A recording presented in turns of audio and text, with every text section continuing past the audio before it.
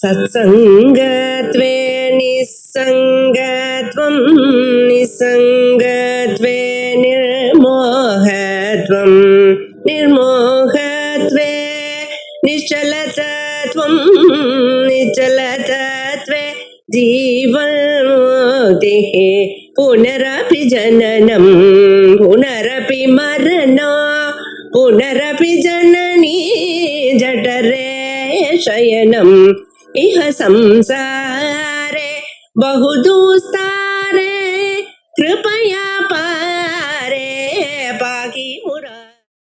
பிரத்யக்ஷத்தால தெரிஞ்ச விஷயத்துக்கு பிரத்யக்ஷத்தினால்தான் பாதம் ஏற்படலாம், வேற பிரமாணத்தினால பாதம் ஏற்பட முடியாது அப்படிங்கிறது யுக்தி சொல்லிட்டே வர. அப்ப கேள்வி கேட்ட நீலநபகான்னு தெரியுது, அதுக்கு அது தப்பான பிரத்யக்ஷம். இந்த பிரத்யக்ஷத்துக்கு பாதம் பிரத்யக்ஷத்தினால வர முடியாது, யுக்தியாகத்தானே வந்தாகணும். அதுக்கு அந்த பூர்வபக்ஷி என்ன சொல்றாருன்னா, இல்ல அங்க கூட பிரத்யக்ஷம் இருக்கு. நப ஆகாசத்துல நீல ரூபம் இல்லை அப்படிங்கிறது பிரத்யக்ஷத்தினால எப்படி தெரியும்னு கேட்டா சாட்சி பிரத்யக்ஷத்தினால தெரியும். சாட்சி ரூபத்தையே கிரகிக்காதே, அது எப்படி ரூப அபாவத்தை கிரகிக்கும் அப்படின்னு கேட்டா அதுக்கு என்ன சொன்னார்னா, அப்படி ஒன்றும் அவசியம் இல்லை. ரூபத்தை கிரகிக்க தெரிஞ்ச சாட்சி தான் ரூப அபாவத்தை கிரகிக்குங்கிறது நியமம் இல்லை. அது ஏதோ ஒரு திருஷ்டாந்தம். விசாசத்தை கிரகிக்க முடியாட்டாலும் விசாச அபாவத்தை கிரகிக்கிறதே அது தப்பான இதா இருந்தது. ஆனாலும் அவர் அப்படிதான் சொன்னார். அதுக்கு மாத்திரம் அதுக்கப்புறம் சரி வேற ஒரு திருடமான யுக்தி சொல்ற, சமஸ்துங்கிறது சாட்சி பிரத்யக்ஷத்தினால கிரகிக்கப்படுறதுன்னு அத்வைத சித்தாந்தத்திலையும் சொல்றான். அப்ப அந்த சாட்சி நீல ரூபத்தோடு கூடினதாக அந்த இருட்டை கிரகிக்கிறதோ இல்லையோ, இருட்டு கருப்பா தானே தெரியுது. அப்ப அந்த இருட்டில இருக்கக்கூடிய அந்த ரூபத்தை சாட்சி கிரகிக்கிறது. அதனால சாட்சிக்கு ரூபத்தை கிரகிக்கக்கூடிய சக்தி இருக்கு. அதனால ரூப அபாவத்தையும் அதனால கிரகிக்க முடியும். இன்னொரு யுக்தி சொன்னா, அது மாத்திரம் இல்லை, சாட்சி பரியந்தம் போக வேண்டிய அவசியம் கூட இல்லை சொல்லலாம். ஆனா அது வெறும் பிராட்டிகாட்டிகமா சொல்லுது. அக்வேத்தியம் தான், ஆனா பிராட்டிகாட்டிகமா எடுத்து.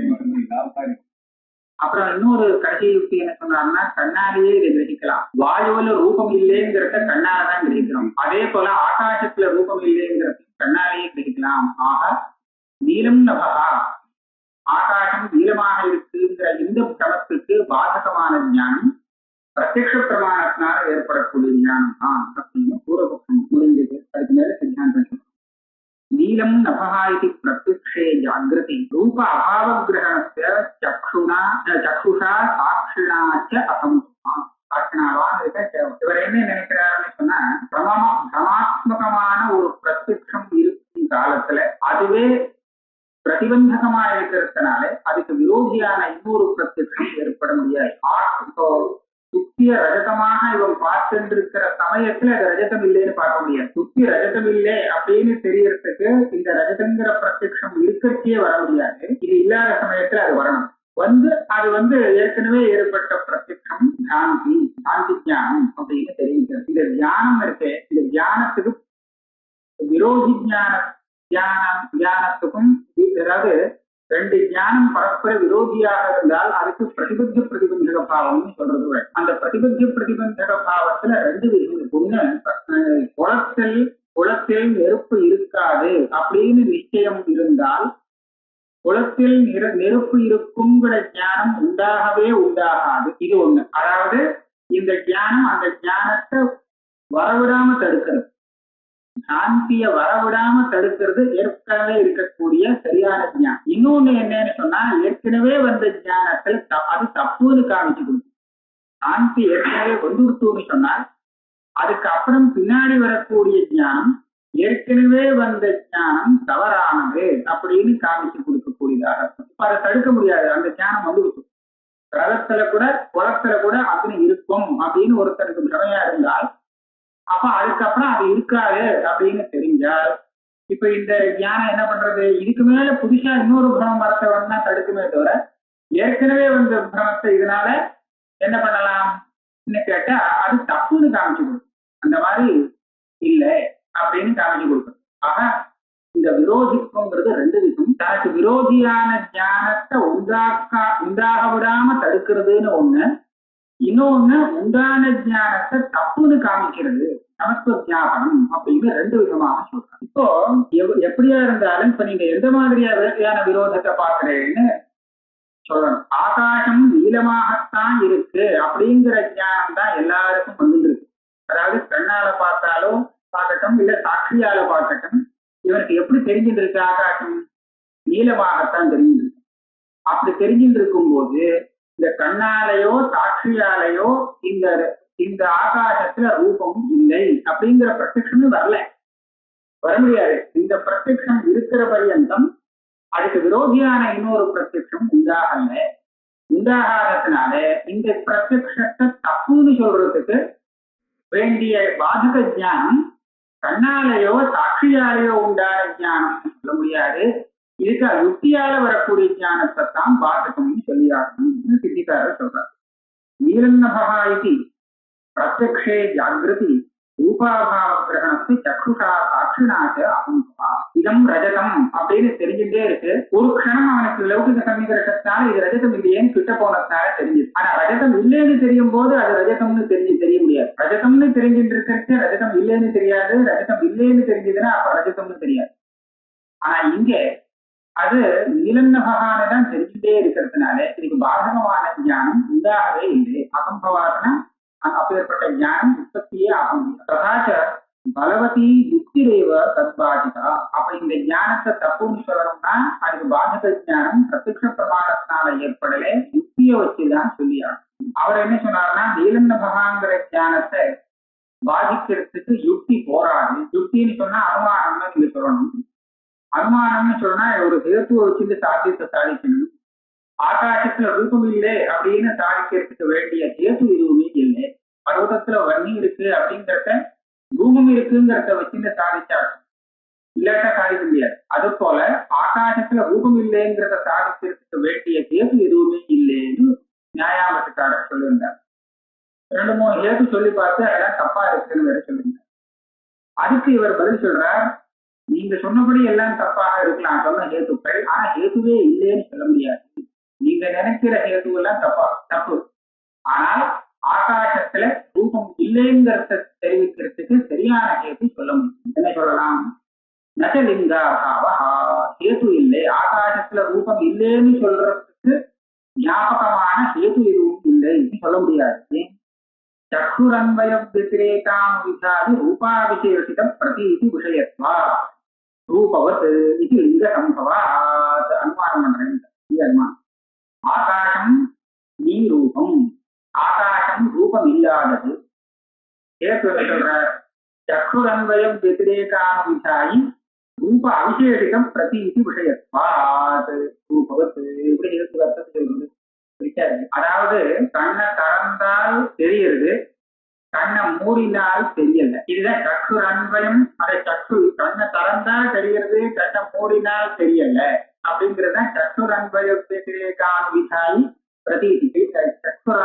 அதாவது சக்ஷுர் அன்வயே பிரதீத்தி அன்வய, சக்ஷுர் அபாவே பிரதீத்திய பாவா அப்படின்னு அன்வய விதிரேகம்னு சொல்லுவாங்க. இந்த கண் இருந்தால், கண் திறந்திருந்தால் தெரியுது, அப்படி இல்லைன்னு சொன்னா அந்த பிரதீதியும் இல்லை. இது அன்வயே அன்வயா வெத்திரேகே வெத்திரேகா. இது இருந்தால் அதுவும் உண்டு, இது இல்லாட்டா அதுவும் இல்லைங்கிறத இந்த மாதிரி சொல்றது. கண் ஆக என்ன சொல்றாச்சு?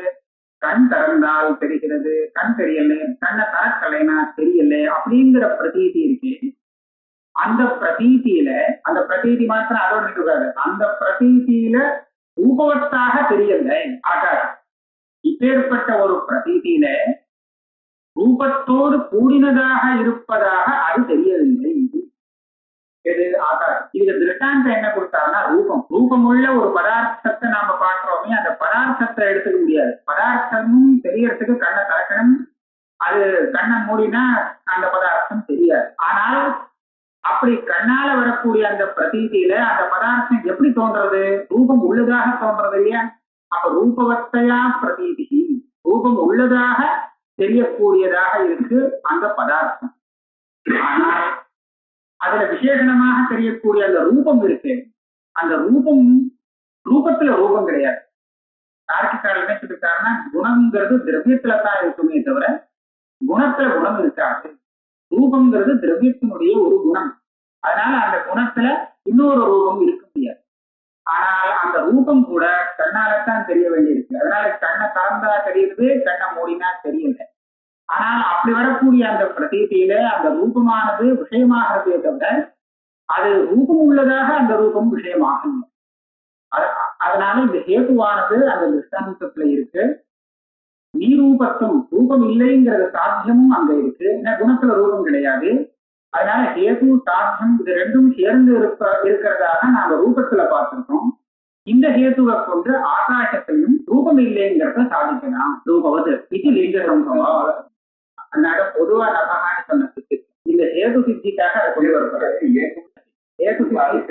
இந்த ஹேது இருக்குங்கிறத இப்ப சமீபத்துல பார்க்கணும். அதாவது இப்ப நாம வியாப்தியை கிரகிச்சிட்டோம். இந்த ஹேதுவும் இந்த சாத்தியமும் ரூபத்துல இருக்குங்கிறது திருஷ்டாந்தத்துல கண்டு பார்த்தோம். அதே மாதிரி நீரூபத்துவம் அதுல இருக்கு. அதுக்காக என்ன பண்ற, மூலத்திலேயே இந்த விஷயம் இருக்கு, மேல வரப்போறது. அதுல இவர் என்ன பண்றார், நீங்க சொல்ற மாதிரி இந்த சாதாரணமா இந்த ஆகாசம் இருக்கு. இந்த ஆகாசத்தை திறக்கிறதுக்கு பார்க்கறதுக்கு கண்ணை திறக்கலாமா வேண்டாமா? கண்ணை திறக்கணும். கண்ணை திறந்தாதான் தெரியும், கண்ணை திறக்கலைன்னா தெரியாது. கண் இருந்தாதான் தெரியும், இல்லாட்டா தெரியாது. இந்த ஆகாசம் மேலதான் தெரியுறதுன்னு இல்லை, இங்கேயும் தெரியுது, பக்கத்துலயும் ஆகாசம் தெரியுது. ஆனால் இங்க ஏதாவது அந்த ஆகாசம் நீளமா தெரியுறதோ? தெரியல. பக்கத்துல நமக்கு ஆகாசங்கள்லாம் பார்க்கிற இடத்துல அந்த ஆகாசம் நீல ரூபம் உள்ளதாக தெரியல. ஒரு சமயம் அது நீல ரூபம் உள்ளதாக இருந்தால் பக்கத்துல அந்த மாதிரி ஏன் தெரியல? அப்ப இந்த இதை வச்சுட்டு நான் ஹேது ஆகாசத்துல இருக்குன்னு கொண்டு வரேன். அதாவது கண்ணால தெரியக்கூடிய பிரதீதியில ரூபம் இல்லாமல் தெரியக்கூடியதாக இருக்கு. இதுதான் ஹேதுடைய அர்த்தம். இந்த ஹேது என்னன்னு சொன்னா, கண்ணால வரக்கூடிய ஞானத்தில் அறிவில் ரூபம் இல்லாததாக தெரியக்கூடியதாக இருப்பது ஏனே ரூப அவிசேஷித பிரதீதி விஷயம். ரூபம் இல்லாமல் தெரியக்கூடியது. அந்த மாதிரி ஆகாசம் பக்கத்துல தெரியுது, பக்கத்துல இருக்கும்போது. அப்ப இந்த ஹேத்துவை கொண்டு நான் என்ன அனுமானம் பண்றேன்னு சொன்னா, இப்படி இருக்கக்கூடிய வஸ்து எல்லாம் நிரூபமாகத்தான் இருக்கு. அதனால ஆகாசமும் ரூபம் இல்லாததாகத்தான் இருக்கணும். ஆகையால ரூபம் இருக்கிறதாக தூரத்துல தெரிகிறதேன்னு கேட்டா அது சாந்தி. இந்த அனுமானத்தினால அது பாதிக்கப்படும் அப்படின்னு இந்த அனுமானத்தினால்தான் அதுக்கு பாதிக்கப்படும். நச்ச லிங்காபாவா சக்ஷுரன்வயோத்திரேகாம விசாரி ரூபாவிசேஷித பிரதீதி விஷயத்வா ரூபவத் இது லிங்ககம் நச்ச அப்பிரயோஜகத்துவம். நபஹ யதி சரூபம் ஸ்யாத் ததா சக்ஷுரன்வயோத்திரேகாம விசாரி பிரதீதோ ரூப அசம்பந்திதயா விஷயோ ந ஸ்யாத் இது தர்க்கோபவத்தே. ஹேதுவை வச்சுட்டு சாத்தியத்தை சாதிக்கும் போது எப்போதுமே ஒரு விசார சங்கையை ஏற்படுத்துவார். இந்த ஹேது இருக்குங்கிறத வச்சுட்டு சாத்தியம் இருக்குன்னு திருடமாக சொல்ல முடியுமா? ஒரு சமயம் இந்த சாத்தியம் இல்லாமலே இந்த ஹேது இருக்கலாமா அப்படிங்கிற சங்கையை கலப்பி விடுவான். கலப்பி விட்டால் அந்த வியாப்தி ஆடி போகும். அதுக்காக என்ன பண்ணுவாங்கன்னா, அந்த வியாப்தியை கிரகிக்கிறதுக்காக ஒரு சாத்தியம் சொல்லுவாங்க. இப்ப சாதாரணமா சாத்தியம் எப்படி சொல்றது, பர்வதத்துல தூமத்தை பார்த்துட்டு அக்னி இருக்குன்னு சொல்றியே, தூமம் இருந்து அக்னி இல்லாமல் இருந்தா என்ன பண்ணுற அப்படின்னு கேட்பான். அக்னி இல்லாமலும் தூமம் இருந்ததுன்னா இருக்க முடியாதுன்னு எப்படி சொல்ல முடியும் அப்படின்னு கேட்டால் இவன் அதுக்கு தர்க்கம் சொல்லுவான். அப்படி இருக்க முடியாது, அப்படி இருந்து விட்டுன்னு வச்சுக்கோம். அப்ப இந்த தூமத்துக்கும் அக்னிக்கும் காரியகாரண பாவமும் இல்லாதது. தூமங்கிறது அக்னியால்தான் ஏற்படக்கூடியது. அப்ப தூமத்துக்கு காரணம்னா அக்னி. அதுவே இல்லாமல் தூமம் வரும்னு சொன்னா அதை எப்படி காரணம்னு சொல்ல முடியும்? ஆகையால காரியகாரண பாவம் ஸ்திரமாக இருக்கிறதுனால இந்த தூமத்தை வச்சிருந்து அக்னி இருக்குன்னு அனுமானம் பண்ணினது சரிதான் அப்படின்னு தர்க்கத்தை வச்சு இதுக்கு பதில் சொல்லணும். அதே போல இங்கேயும் ஒரு அப்பிரயோஜனத்தை சென்றேன். நீ சொல்ற ஹேது இருக்கு, சரி ஒத்துக்கிறேன். ஆனால் நீரூபமாக அது இருக்கணுங்கிறது என்ன அவசியம்? அது ரூபவத்தாக இருந்துட்டே அப்படி ரூபம் இருக்கிறதாக தெரியாமல் போகலாமே, இந்த ஹேது உள்ளதாக இருக்கலாமே அப்படின்னு அவன் சண்டை பண்றான். அதுக்கு இவர் பதில் சொல்றார், அப்படின்னு ரூபவத்தான ஒரு பதார்த்தமாக அது இருந்ததுன்னா கிட்டத்துல பார்க்கும் போது ரூபவத்தா தானே தெரியணும். அது தூரத்துல பார்க்கறது தெரியுது, கிட்டத்துல பார்க்கறது தெரியல அப்படிங்கிறது எப்படி ஒத்துக்க முடியாது இல்லையா? ஒத்துக்க முடியாது. அதனால இது நிஜமாகவே ரூபம் உள்ளதாக இருக்குமானா, இதுனா என்ன ஆகாசம், அது கிட்ட பார்க்கறது கூட ஒரு தடவாவது அது ரூபம் உள்ளதாக தெரியணும், இது தெரியணும். ஆனா அப்படி தெரியவே இல்லை. ஆகையால இந்த ஹேது இருந்தால் இந்த சாதனம் அவசியம் இருக்கணும். இதுக்கு மேல ஒரு ஒரு கருத்தையும் அவர் சொல்லிட்டார். அப்ப இது சொல்லி அவர் என்ன சொன்னாருன்னா, அது நிஜமாகவே ரூபவத்தாக இருக்கட்டும், பக்கத்திலேயும் ரூபம் தெரியலேன்னு சொன்னா சாமீபியத்து தோஷம்னு சொல்லலாம். இந்த பனி எல்லாம் இருக்கே, அதாவது திருஷ்டாந்தம் வருது. இந்த பனி வந்து கிட்டக்க போனா தெரியாது, தூரக்க போனா தெரியும். ஆமா, தூரக்க இருந்தா தெரியும். அது தூரக்க இருந்து நமக்கு இங்க இருந்து தெரியும். அது கிட்ட போய் பார்த்தா பனி கண்டிப்பா தெரியும். அதனால அந்த சாமீபியமே அந்த இடத்துல தோஷமாக இருக்கிறதுனால அந்த ரூபம் தெரியல அப்படின்னு சொல்லலாம். அப்படி இல்லை, இந்த இடத்துல வித்தியாசம். அந்த பனியே தெரியல, கிட்ட இருக்கும் போது பனியும் தெரியல, அதனுடைய ரூபமும் தெரியல, ரெண்டுமே தெரியல. ஆனா இங்க ஆகாசம் தெரியறது, ரூபம் தான் தெரியல. இந்த வித்தியாசம். அதனால ஆகாசமே தெரியலன்னு சொன்னா சரி, சமீபத்துல அது தெரியல போல தெரியாது அப்படின்னு சொல்லலாம். ஆனால் ஆகாசம் இருக்குன்னு தெரிஞ்சு ரூபம் மாத்திரம் தெரியாமல் இருக்கிறதுனாலே இங்க வந்து நிஜமாவே அந்த ரூபம் இல்லைங்கிறது தீர்மானமாக. இதை வந்து இந்த கோரிக்கை அவர் எடுத்துக்காங்க. நட இஷ்டாபத்தி சவிதே ரூப அசம்பந்திதையா நபசா சித்தே சர்வஜன சம்மதத்வா. அதாவது ரூபம் பக்கத்துல பார்க்கும்போது இந்த ஆகாசத்துல எந்த ரூபமும் தெரியலங்கிற விஷயம் எல்லாருமே ஒத்துண்ட விஷயம். நீளமா தூரத்துல அது தெரியறதே தவிர பக்கத்துல அந்த ஆகாசம் அந்த மாதிரி தெரியலங்கிறது. இங்கே அங்க போயிட்டு அங்கேயும் இதே மாதிரி தெரியாது. அதுவும் நிறைய சொல்லியிருக்காரு, சித்துராச்சாரியர் சொல்றாரு. அந்த இடத்துல அவ்வளவு நீளமா தெரிகிறது, சரி அங்க போய் பார்ப்போம். போய் பார்த்தா அங்க இல்லை, அங்க நீளமா தெரியும். ஆனா கிட்ட போக போக ரூபம் இல்லைன்னு தெரியுது. தூரத்துல இருக்கிறதுக்கு ரூபம் இருக்கிறதா தெரியும். அதனால இது ரூபம் இல்லை, சாந்தி. நபசா சாட்சி வேத்தியதாயாமபி சக்ஷுரன்வயோத்திரேகானுவிதானம் அவர்ஜனீயமேவ அந்நிஷா அந்தஸ்யாபி தத்கிரகணம் ஸ்யாத். இந்த ஆகாசங்கிறது இருக்கே, இந்த பெரிய சர்ச்சை. இந்த கண்ணால பார்க்கக்கூடிய வஸ்துதானா அப்படின்னு தார்க்கிகால் கேட்டால் ஆகாசம் கண்ணால பார்க்கவே முடியாது. அது அதீந்திரியமான பதார்த்தம். ஏன்னா ரூபமுள்ள திரவியத்தை தான் கண்ணால பார்க்க முடியும். ஆகாசத்துல ரூபம் கிடையாதுங்கிறதுனால இதை கண்ணால பார்க்க முடியாது. இவன் ஏதோ நீளம்னு பார்க்கறான, நீளத்தை பார்க்கறானே தவிர ஆகாசத்தை பார்க்கல. நீளத்தை பார்க்கணும். நீளங்கிறது அங்க இருக்கக்கூடிய பிரகாசத்துடைய சம்பந்தத்தினால பார்க்கியம் அந்த இதெல்லாம் கலந்து இருக்கிறதுனால ஒரு ரூபம் எனக்கு தெரியுது. ஆகாசத்தை இவன் மனசுல நினைச்சிட்டு இருக்கான். அது ரெண்டையும் சேர்த்து நீலங்கபா அப்படின்னு இவன் சொல்லிடுறானே தவிர இவன் ஆகாசத்தை பார்க்கறதே கிடையாது அப்படின்னு தாழ்த்துறாங்க. அப்ப ஆகாசம் கண்ணுக்கு தெரியாத விஷயமாச்சு. இந்த மீமாம்சக்கால பட்ட மீமாம்சக்கால என்ன சொல்றான்னா, ஆகாசம் கண்ணுக்கு தான் தெரியும், சாட்சுகம். ஏன்னா கண்ணை மூடினா தெரியல, கண்ணை திறந்தா தெரியுது. ஆகையால அது கண்ணால தெரியக்கூடிய விஷயம்தான். ரூபம் இல்லாமல் எப்படி தெரியும்னா அதெல்லாம் நம்ம பார்க்க முடியாது. எப்படி நம்ம அனுபவத்தை அனுசரித்துதான் நீ அந்த நியமத்தெல்லாம் கல்பனம் பண்ணணும். கண்ணை திறந்தாத்தானே தெரியுது, கண்ணை மூடினா தெரியலையோ.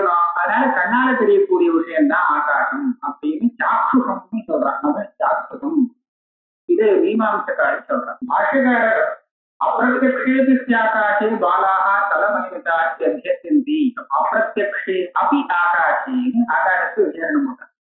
அதாவது அது பிரத்யக்ஷம் இல்லே, சரி அப்படி இருந்தாலும் அதுல தலம் மலினதா எல்லா அத்தியாசம் வரலாம்னு சொன்னார். அபிசப்தம் போட்டதுனால அது பிரத்யக்ஷம்னு நினைக்கிறார்.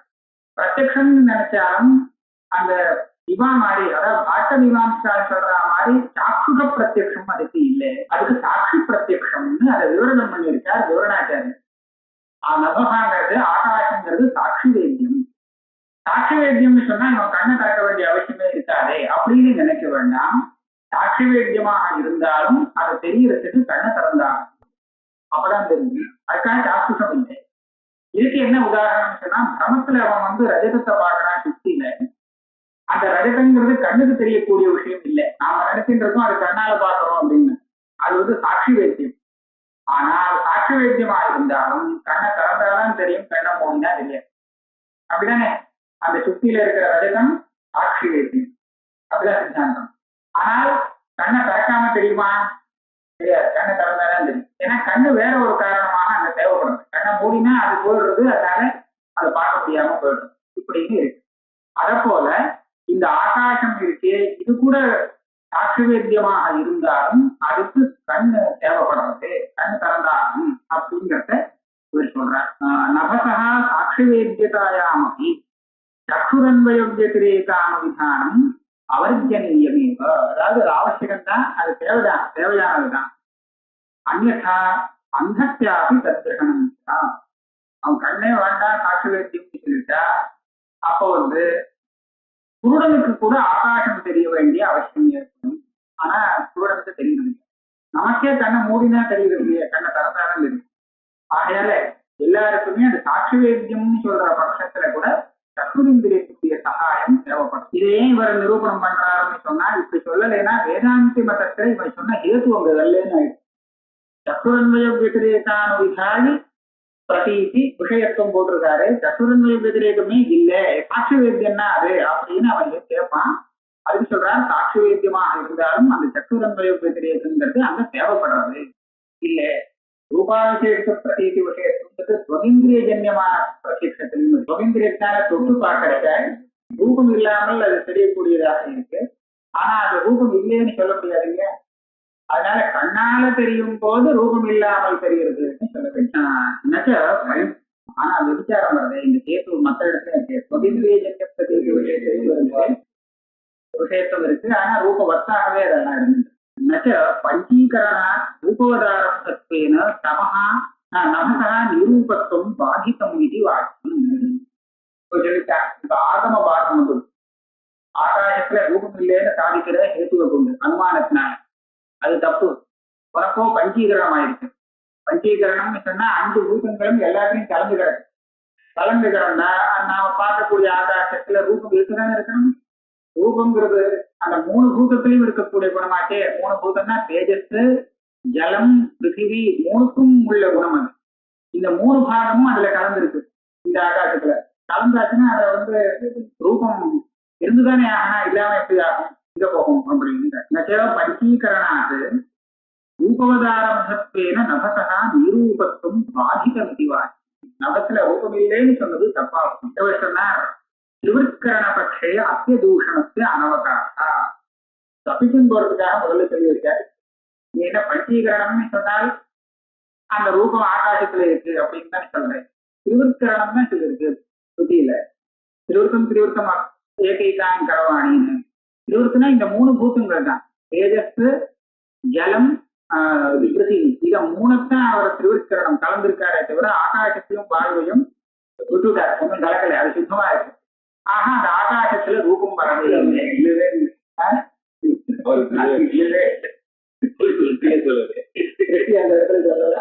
அதனால அது ரூபம் இல்லாமலே இருக்கலாம். ஆனா இது சரியான சமாதானம்னு நினைக்கிறேன். இது சும்மா ஒரு சொல்லி வச்சார், அவனுக்கு வாய அடைக்கணுங்கிறது. திருவிற்கரணைய அத்தியதூஷணத்தை அனவகாச. மாமதிக்காரர் எல்லாம் திருவிற்கரண பட்சம் தான் சரின்னு சொல்லிட்டு அவர் எந்த ஆட்சேபம் சொல்ற, அவருடைய அபிப்பிராயம் இந்த மாதிரி ரூபவத்துவங்கள்லாம் வந்துடும் அப்படின்னுதான் கற்பத்துறக்காரர் எல்லாம் சொல்றார். ஆனா அது கூட தப்பான அபிப்பிராயம் தான். பஞ்சீகரணம் தான் நியாயமான சாஸ்திர சம்மதம், சாந்தோக்கிய ஸ்ருதிக்கும் அதுதான் விவக்ஷிதம் சம்பிரதாயமா வந்திருக்கு. இவர் சொன்ன எந்த ஆபத்தும் அந்த பஞ்சீகரணத்துல வரவில்லைங்கிறத நிரூபணம் பண்ணிருக்க நிறைய. இங்கேயும் சொல்றேன், பஞ்சீகரண பக்ஷேபி அபஞ்சீகரண தசாயாம் யஸ்மின் பூதே யோ குணः சஹ பஞ்சீகரணாத் விவகார யோக்யோ பவதி இத்யேதாவன்மாத்திர அபுகமாத் ந ஆகாசே ரூபாரம்ப பிரசங்கः. யோ குணः சஹ. ஆமா, பிரச்சனைக்குதான் என்ன அந்த பூத, அதாவது பஞ்சீகரணத்தான என்ன ஆகணும் இத முதல்ல பார்க்கணும். எல்லாம் கலந்துட்டா கலந்து சஹா தஸ்மின்னு பஞ்சீகரண விவகார யோகியம். இந்த பஞ்சீகரணங்கிறது 5 மகாபூதங்களை திருஷ்டி பண்ணினார் முதல்ல.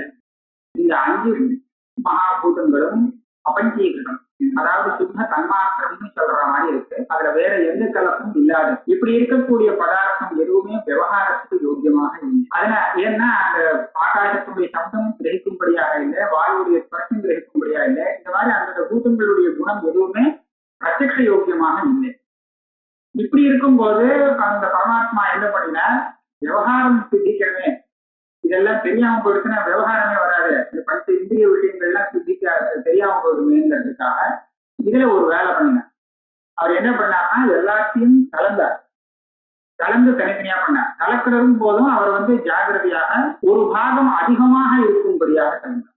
அதாவது ஆகாசம் எல்லாம் கலந்துட்டு ஆகாசத்துல நீங்க பார்த்தீங்கன்னா ஆகாசத்துல பாதி பாகம் ஆகாசத்தினுடைய பாகமும் மற்ற அறபாகத்துல பாக்கி பூதங்களுடைய பாகம். இதே மாதிரி அவர் 5 பூதத்தையும் பண்ணார். இப்போ பிருத்திவி எடுத்துட்டோம்னா பிருத்திவியில பாதி பாகம் பிருத்திவியுடைய பாகம், பாக்கி பாகத்துல பாக்கி எல்லா பூதங்களுமே அதுல கலந்துருக்கு அப்படிங்கிறது. இந்த பாகம் ஒண்ணு அதிகப்படியாக இருக்குங்கிறதுக்கு பிரமாணம் வைசேஷ்யாத்து தத்துவாத சூத்திரம். அவர் கலக்கும் போது எல்லாம் சமமாக கலந்துடல, ஒரு பாகத்தை கூட வச்சு இன்னொரு பாகத்துல எல்லாமே சேரும்படியாக அந்த மாதிரிதான் கலந்துருக்காருங்கிறது இந்த சூத்திரம் பிரமாணமாக இருக்கு. இந்த பாகம் அதிகமாக இருக்கிறதுனால இப்ப நம்ம எந்த பாகம் அதிகமா இருக்கோ அதை வச்சுதான் அதுக்கு பேரு. பிருத்திவி பாகம் அதிகமா இருக்கிறதுனால அதுக்கு பிருத்திவின்னு பேரு, ஜலம்னு பேரு, தேஜஸ், வாயு, ஆகாசம். இதுல இப்ப பஞ்சீகரணம் பண்ணதுனால என்ன நடந்தது, என்ன ஆச்சு? பஞ்சீகரணம் பண்ணறதுக்கு முன்னாடி என்ன ஒண்ணு ஆகல, எந்த ஒரு காரியம் இல்லாம போகும் போல இருந்ததோ அது நடந்தது. பஞ்சீகரணம் பண்றதுக்கு முன்னாடி அதுல உள்ள குணமானது விவகார யோக்கியமாக ஆகல, பிரத்யட்சமாகாமல் இருந்தது. பஞ்சீகரணம் பண்ணினதுனால அதுல இருக்கக்கூடிய குணம் பிரத்யட்சமா, ஆகாசத்துல உள்ள சப்தமும் பஞ்சீகரணத்துக்கு முன்னாடி கேட்க முடியாததாக இருந்தது. பஞ்சீகரணம் பண்ணினதுனால ஆகாசத்தினுடைய குணம் அபிவியக்தமாச்சு, அந்த சப்தம் காதுக்கு கேட்கும்படியாக ஆச்சு. அதே மாதிரி பஞ்சீகரணம் பண்ணினதுனால வாயுடைய ஸ்பர்சங்கிற குணம் நாம் அறியும்படியாக ஆனது. அதுக்கு முன்னாடி அந்த ஸ்பர்சம் தெரியும்படியாக இல்லை, இப்ப தெரியுது, இந்திரியத்துக்கு தெரியுது. இந்த மாதிரி ஆகிறதுதான் பஞ்சீகரணத்தினுடைய பிரயோஜனம். ஆட்சியக்காரரே அந்த சொல்லியிருக்கார், விவகார சித்தேதம் பஞ்சீகரணம் அப்படின்னு சொல்லியிருக்கார். திருவிற்கரணம் பஞ்சீகரணத்துக்கு உபலட்சணம், விவகார பிரசித்தேதம் திருவிற்கரணம்னு பாஷ்யத்தை வாக்கு. அப்படின்னா இது பண்ணலைன்னா இந்த விவகாரம் சித்திக்கிறது இல்லை. விவகாரங்கிறது பிரத்யக்ஷம், அந்த விஷயம் பிரத்யக்ஷம், அந்த விஷய பிரத்யக்ஷம் வரத்துக்காகத்தான் திருவிற்கரணம் பண்ணினான். அதனாலே இந்த அபஞ்சீகிருத பூதங்கள் எல்லாம் பரஸ்பரம் கலந்து பஞ்சீகரணம் பண்ணினதுனால எல்லா பூதத்தினுடைய குணமும் அதுல கலந்து தெரியும் அப்படிங்கிறது இல்லை. அந்தந்த பூதத்துல எந்த குணம் இருக்கோ தெரியாமல் இருந்த அந்த குணங்கள் இந்த பஞ்சீகரணம் பண்ணினதுனாலே அபிவியக்தமாச்சு, இவ்வளவுதான். அதனால ஆகாசத்துல இருக்கக்கூடிய குணம் தான் பஞ்சீகரணத்தினால அபிவியக்தமாகுமே தவிர பஞ்சீகரணம் பண்ணினதுனால ஆகாசத்துக்கு இல்லாத ரூபங்கிற ஒரு குணம் அதுக்கு வந்து சேராது. இந்த பஞ்சீகரணம் பண்ணினதுனால புதுசா ஒரு குணமும் அதுல வரல, இருக்கிற குணம் அபிவியக்தமாச்சு. அப்ப ஆகாசத்துல இருக்கிற குணம் என்ன? சப்தம் தான் இருக்கு, வேற ஒண்ணுமே இல்லை. அதனால அந்த சப்தம் ஒண்ணுதான் அபிவியக்தமாகுமே தவிர புதுசா அதுல ஸ்பர்சம் ரூபம் எந்த குணமும் வந்து சேராது. அதனால பஞ்சீகரணம் பண்ணினா அப்ப ரூபவதாரம்பத்தின்னு ரூபவத்துவம்னு நீ சொல்றது வெறும் வளராது, அந்த மாதிரி வரவே வராது. பஞ்சீகரண பக்ஷேபி அபஞ்சீகரண தசாயாம் யஸ்மின் பூதே யோ குணஹ சஹ. பஞ்சீகரணம் பண்றதுக்கு முன்னாடி அந்த பூதத்துல என்ன ஒரு குணம் நிஜமாக இருந்திருக்கோ அந்த குணமானது அது அந்த பூதத்தில் பஞ்சீகரணா விவகார யோகியோ பவதி. பஞ்சீகரணம் பண்ணினதுனால அது விவகார யோக்கியமாகும், புதுசா எந்த குணமும் வந்து சேராது. இது ஏதாவன் மாத்திர அபிமுகமா ஆகாஷே ரூபாரம்ப பிரசங்கா. அதனால ஆகாசத்துக்கு ரூபம் வந்துருக்குன்னு சொல்ல முடியாது. பஞ்சீகரணத்தினால எந்த குணமும் புதுசா வராது. நச்ச நாயம் கற்பா இது உத்தேதி இமேவம் வததி பரம் அபி புனః பராமரிஷ்ய பஷ்யதி இது பிரதிவச்சன தர்சனா ந சப்தமாத்திரம் ரஜ்ஜு சர்ப்பாதி சமநிவர்த்த கிந்து பிரத்யக்ஷமேவ இது வாக்கியம். ஆரம்பத்துல பிரத்யக்ஷத்துக்கு கூட மற்ற ஞானங்களினால பாதம் வரும்னு சொல்லும் போது பல திருஷ்டாந்தங்கள் காமிச்சுட்டு வரும்போது ஒரு உதாரணம் இதையும் காமிச்சார். அவன் சர்ப்பமாக பார்த்துட்டு இருக்கான் அந்த வஸ்துவை, சர்ப்பம் தெரிஞ்சுட்டு இருக்கு. அந்த ஆப்ஷன் என்ன சொல்றாங்கன்னா இது சர்ப்பமே இல்லை அப்படின்னு இப்படி சொல்லும் போது அந்த ஆப்ஷனுடைய வாக்கால ஏற்பட்ட ஞானம் இதை சாப்த ஞானம். இந்த ஞானம் அவனுடைய பிரமத்தை நிவர்த்தி பண்ணக்கூடியதாக, பிரத்யக்ஷ பிரமத்தை நிவர்த்தி பண்ணக்கூடியதாக. ஆக பிரத்யக்ஷ பிரமத்துக்கு பரோட்ச ஞானம் கூட பாதகமாகலாம்னு இந்த உதாரணத்தை காமிச்சார். அதுக்கு அவன் என்ன சொல்றான், இல்ல அங்க இன்னும் கொஞ்சம் நம்ம பார்க்கணும். இது சர்ப்பம் இல்லைன்னு அந்த இவன் ஆப்ஷன் சொன்னதுக்கு அப்புறம் கூட இந்த பிராந்தன் அவனை பார்த்து ஒரு கேள்வி கேட்கிறான் சில இடத்துல. ஏவும் வததி பரம் அபி புனః பராமரிஷ்ய பஷ்யதி. நீ வேண வாயால சொல்றது மாத்திரம் தானா இல்ல பார்த்து சொல்றியா? அதாவது பார்க்காமலே வெறுமை சொல்றியா இல்ல நீ பார்த்திருக்கியா? இது எதுக்கு அவன் கேட்கறான்? இவன் வாக்கால வரக்கூடிய ஞானம் மாத்திரம் இவனுடைய சாந்தியை நிவர்த்தி பண்றதுக்கு போதுமானதுன்னு சொன்னால் அப்ப நீ பார்த்திருக்கியா அப்படின்னு நாம கேட்க வேண்டிய அவசியமே இல்லை. சில சமயம் அப்படி கேட்கணும் இல்லையா? நமக்கு ஒரு பிராந்தி இருக்கும் போது எதிராளி உபதேசம் பண்ணினால் கூட நீ பார்த்தியா அப்படின்னு கேட்கிறோமா இல்லையா? அவன் எதுக்கு பார்க்கறான்? அவனுடைய வாக்கால வரக்கூடிய ஞானம் எனக்கு போதுமே. அப்படி கேட்கறதுனுடைய அபிப்பிராயம் என்னன்னு கேட்டா அவன் பிரத்யக்ஷத்தினால பார்த்துக்கணும். நான் பார்த்திருக்க வேண்டாம். ஆனா அவனாவது பிரத்யக்ஷத்தினால பார்த்திருந்தால் அந்த பிரத்யக்ஷத்தினுடைய பிராபல்யத்தை கொண்டு என்னுடைய தியானத்தை பிராந்தின்னு நான் தீர்மானம் பண்ணிக்கணும். அப்ப அந்த வாக்கால வரக்கூடிய ஞானம் கூட பிரத்யக்ஷ மூலகமாக இருக்கிறதுனால அவன் பார்த்து சொல்றான் அப்படிங்கிற ஒரே காரணத்தினால பாதிக்கப்படுறதுனால அப்ப என்னாச்சு? பிரத்யக்ஷத்துக்கு பிரத்யக்ஷம் தான் பாருங்க. வெறும் சப்த பிரமாணத்தினால வரக்கூடிய ஞானத்தை இவன் பாதகமா எடுத்துக்கிறதுக்கு தயாரில்லை. நீ பார்த்து இருந்தா நீ சொன்னதை நான் கேட்கிறேன், இல்லாட்டா முடியாது அப்படிங்கிற அபிப்பிராயம் தானே. ஆக பிரத்யக்ஷத்துக்கு பிரத்யக்ஷாந்தரம் தான் பாதகமே தவிர வெறும் சப்தத்தினால வரக்கூடிய ஞானம் பாதகமாகுங்கிறதுக்கு இது உதாரணம் ஆகாது. நச்ச நாயம் சர்பः इति उक्तेऽपि किम् एवं वदति परम् अपि पुनः परामृश्य पश्यति इति प्रतिवचन दर्शनात् पश्यति किमेवं वदति परम् उत अपि पुनः परामृश्य पश्यति पश्यति क्रीडा पश्यति पश्यति पश्यति इति प्रतिवचन दर्शनात् न शब्दमात्रं रज्जुसर्पादि भ्रमनिवर्तकम् किन्तु प्रत्यक्षमेव इति वाच्यं प्रतिवचनस्थले भ्रम प्रमादादि शंकाक्रांतत्वेन नायं सर्पः इत्यादेः दुर्बलतया न भ्रम निवर्तकत्वம். எல்லா இடத்துலையும் இப்படி கேட்கறது வழக்கம் இல்லை. அதாவது அந்த ஆள் அவன் சொல்றதே தப்பா இருக்குமோங்கிற சந்தேகம் வர இடத்துலதான் நீ பார்த்தையா அப்படின்னு கேட்கிற வழக்கம். அவர் சரியாதான் சொல்லுவார் அப்படிங்கிற தீர்மானம் இருந்தால் அப்போ அந்த மாதிரி கேட்கறது இல்லை. அப்ப இவன் கேட்கறது என்னத்துக்காக? நீ பிரத்யட்சமா பார்த்திருந்தா தான் நீ சொல்றத நான் நம்புவேங்கிற அபிப்பிராயத்துல இவன் கேட்கல.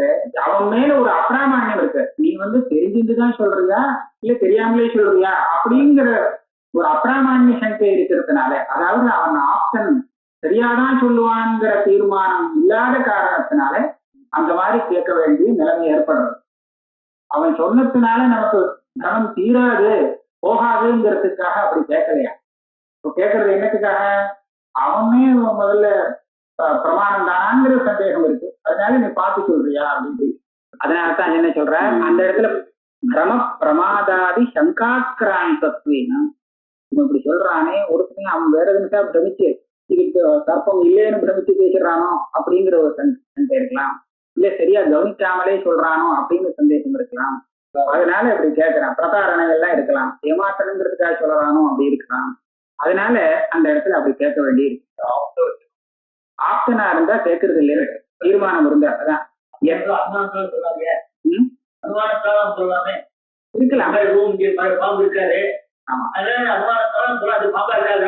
எப்படியோ விதமா இருக்கலாம். ஆனால் அவன் சரியா தெரிஞ்சுட்டு சொல்றானாங்கிற சந்தேகம் இருக்கிற இடத்துலதான் நாம அந்த மாதிரி கேட்கிறோம். அனாப்தத்துவ சங்கை. அனாப்தன்னா என்ன தெரியுமோ? இன்னொரு பிராந்தன், அவன் சரியா தெரிஞ்சுக்காதவன், இல்லே பிரமம் பிரமாதம் விப்ரலிப்தா இந்த மாதிரி பல தோஷங்கள் உள்ளவன். தோஷம் உள்ளவன் அனாப்தன் வச்சு. சரியாக புரிஞ்சுக்கல அப்படின்னு சொன்னா அவன் அனாப்தன். புரிஞ்சுட்டாலும் இவனை ஏமாத்தணும்னு நினைக்கிறான் அப்படின்னு சொன்னா அனாப்தன். இப்பேற்பட்டவனாக இருப்பனோ அப்படின்னு சந்தேகத்துக்காக இன்னொரு தடவை கேட்டுக்கு இன்னும் பார்த்துதான் சொல்றேன். எத்திர தூ தாதிருக் சங்கா அனாக்கிராந்தத்துவம் தத்திர பிரம நிவர்த்தகத்தைவா. அவன் விஷயத்துல இவன் அனாப்தம் இல்லைன்னு தீர்மானமா தெரிஞ்சிருந்தா அப்ப நீ பார்த்தியான்னு கேட்கறது வழக்கமே இல்லைன்னு. அவன் சொன்ன வாக்கியமே பிரமாணம், இவனுடைய பிராந்தியை நிவர்த்தி பண்ணிடுறது. அதையவ தாதிருக் சங்கா அனாக்கிராந்த பித்ராதி வச்சதி ந ஈவிர் பிரதிவச்சனம் கிந்து சித்தவத் பிரவருத்தியாதிகமேவா.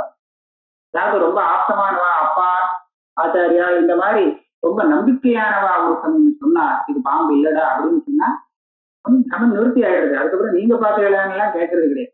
சித்தவத் பிரவருத்தியாதிகமேவும். அதனால இப்படி கேட்கிற இடத்துல அவனுக்கு சொல்றவன் மேல நம்பிக்கை இல்லைங்கிறது. அப்ப அதனால இவன் கேட்க வேண்டிய அவசியம் ஏன் ஏற்படுறதுன்னு சொன்னா அவனிடத்துல நம்பிக்கை இல்லைங்கிற காரணத்தினால. அவன் மேல நம்பிக்கை இருந்ததுன்னா அப்புறம் அந்த தியானம் சாப்தபோதமாக இருந்தாலும் கூட இவனுடைய பிராந்தியை நிவர்த்தி பண்றதுங்கிறது லோகத்துல பார்க்கணும். இது ஒண்ணாச்சு. இதே மாதிரி ஜுவாலைக்கிய பிரத்யக்ஷம் அப்படி ஏவமேவ யுக்தி பாதிச்சு. இன்னொரு உதாரணம் அவர் சொல்லியிருந்தார். இந்த வழக்கு எரியறதோ இல்லையோ, வழக்கு எரியும் போது ஒரு அரை மணி நேரம் அது எரிஞ்சதுன்னா அந்த ஜுவாலை ஒரே ஜுவாலை தான் நாம நினைக்கிறோம். அதாவது ஏற்றி அணைஞ்சு திருப்பி ஏற்றினோம்னா அந்த ஜுவாலை மாறுபட்டு போகுது, அதான் நடுப்புற அணைஞ்சு போயிடுது. ஆனா அணையாம எரிஞ்சுட்டே இருந்ததுன்னா அந்த இடத்துல ஒரே ஜுவாலை தான் எரிஞ்சுட்டு இருக்குதுன்னு நாம சொல்லுவோம். ஆனா இது தப்பு, இது ஒரு பிராந்தி. இது பிரத்யட்சமா தெரிகிறது ஒரே ஜுவாலைன்னு, ஆனா ஒரே ஜுவாலையா இருக்க முடியாது. ஏன்னா அது ஒரே ஜுவாலையா இருந்தா அந்த எண்ணெயே தீராது. அந்த ஜுவாலை ஸ்திரமா இருந்தா அந்த ஜுவாலை மாறிண்டே இருக்கு. அதாவது அந்த எண்ணெய் திரி இதனால எரியும் போது அந்த இந்தனத்தினால முதல்ல ஏற்படக்கூடிய ஜுவாலையானது உடனே கணிக்கும். அது போயிட்டே இருக்கு, அது வேற வேற ஜுவாலையை உண்டு பண்ணிட்டே இருக்கு.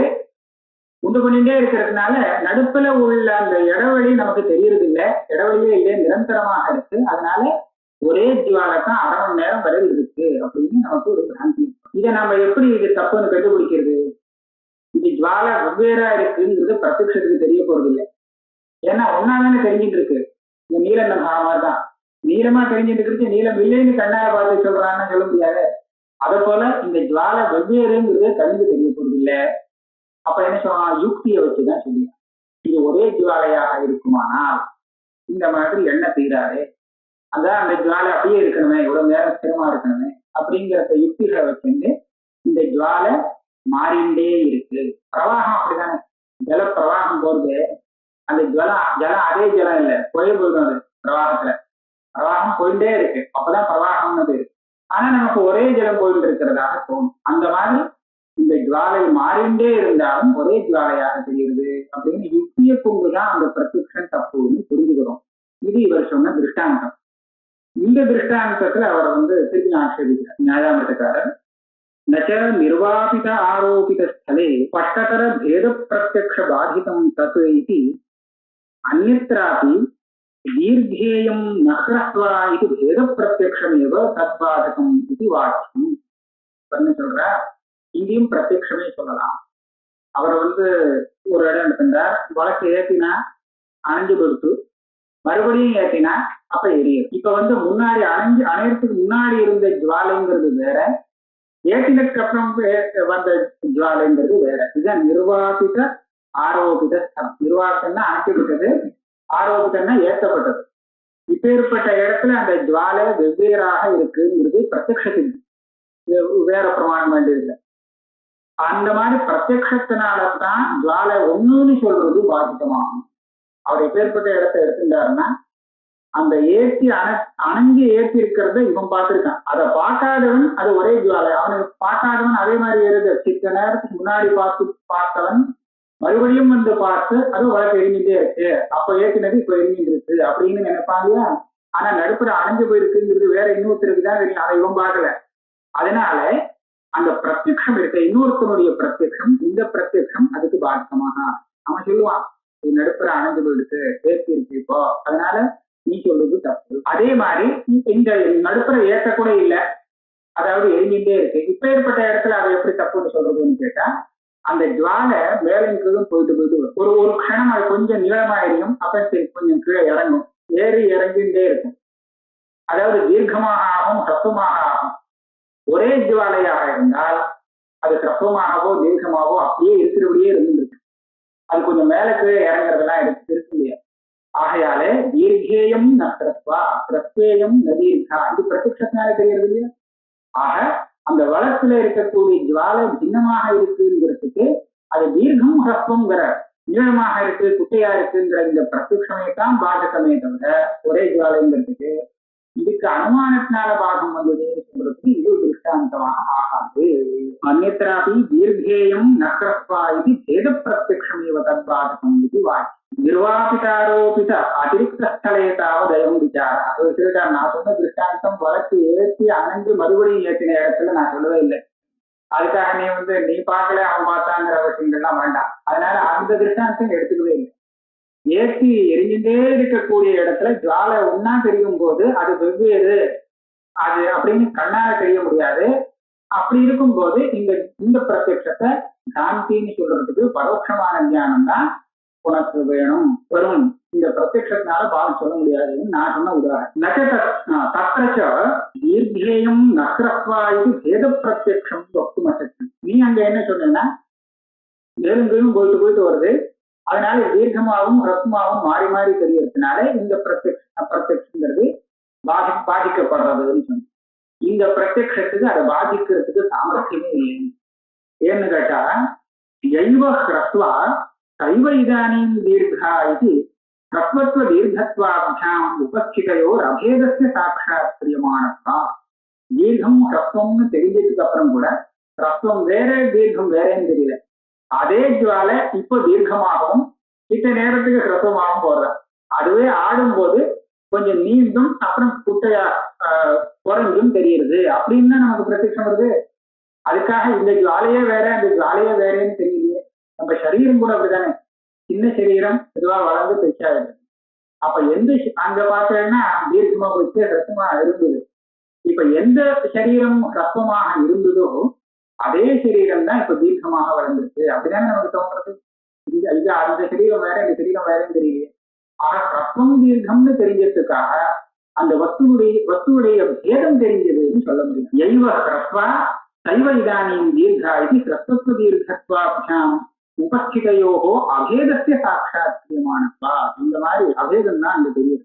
ததாச்ச ஜுவாலா பிரத்யபிஜா யுக்தி பாதிக்கா. அதனால யுக்தியாலத்தான் இந்த ஜுவாலையுடைய பிரத்யபிஜையை பாதிக்கணுமே தவிர வேற வழி தெரியாது. இன்னும் ஒன்னே ஒண்ணு சொன்னா இவ்வளவு கொடுத்துருக்கோம். சர்வதா பித்த தூஷித நேத்திரஸ்ய ஈதசங்கா இது பிரத்யக்ஷே உன்ன சந்திரப்பிராதேசத்துவ பிரத்யக்ஷே பரோட்சாதிரிக்தஸ்ய பாதகஸ்ய சங்கிதுமப்யசக்கியத்வாத் யுக்தியாதி பாதிகதைவ வக்தவ்யா. பிறந்ததுலேருந்து ஒருத்தனுக்கு கண்ணுல இந்த தோஷம் இருந்தே இருக்கு, மஞ்சக்காமல இருந்தே இருக்கு. அதனால அவனுக்கு சங்கம் ஆரம்பத்துல இருந்து மஞ்சளாத்தான் தெரியுது. இப்ப இவனுக்கு சங்கம் மஞ்சளாக இல்ல வெளுப்பா இருக்குதுன்னு பிரத்யட்சம் வர முடியுமோ? சர்வதா பித்த தூஷித நேத்ரா. அவன் ஜீவனம் கூட இப்படி இருந்ததுன்னு சொன்னா அப்படி இருக்கிறவனுக்கு சங்கம் மஞ்சளா தான் தெரியும். அப்ப அவன் சங்கம் மஞ்சள் இல்லையே அது வெள்ளதான் நமக்கு தெரியறது தோஷத்தினால தெரியுது அப்படிங்கிறத எப்படி புரிஞ்சுப்பான்? இன்னொருத்தன் சொல்லித்தான் புரிஞ்சுப்பான் இல்லையா? அப்ப ஆப்த வாக்கியத்திலேருந்து வரக்கூடிய ஞானத்தை வச்சுதான் அவனுக்கு பிரத்யட்சமா ஏற்படக்கூடிய ஞானத்தை தப்புன்னு அவன் புரிஞ்சுப்பான். அப்ப அந்த இடத்துல பிரத்யக்ஷத்துக்கு பாதகமாக பரோட்ச ஞானம் இருக்குன்னு சொல்லணும். இன்னொன்னு சந்திர பிராதேசத்துவ பிரத்யக்ஷம். அந்த சந்திரன் இவ்வளவு பெருசா தெரியறது, ஒரு சான் தெரியறது அப்படின்னு அவ்வளவு அந்த அளவுல தான் நமக்கு தெரியுது. இப்படி தெரியக்கூடிய பிரத்யக்ஷத்துக்கு எங்கேயாவது இல்ல ரொம்ப பெருசா இருக்குங்கிறது பிரத்யக்ஷம் ஏற்பட முடியுமோ? இங்க இருந்துட்டு நம்ம அங்க பண்ண முடியாது, பார்க்க முடியாது. ஆகையால ஒரு சானை விட சின்னதா சான்ங்கிறது இதுவா? இந்த பிராதேசத்துவ பிரத்யக்ஷத்துல பரோட்ச ஞானம் தான் பாதிக்கும். இந்த பிராதேச பிரத்யக்ஷம் தப்புன்னு சொல்றேன். அதான் இப்ப பரோட்சாதிரிக்தஸ்ய பாதகஸ்ய சங்கிதுமபி அசக்கியத்வாத் யுக்தியாதி பாதிக்கத்தையும் வர்த்தவ்யா. அதனால யுக்தி கூட பிரத்யக்ஷத்தை பாதிக்க முடியும். நீங்க சொல்றது தெரியுது.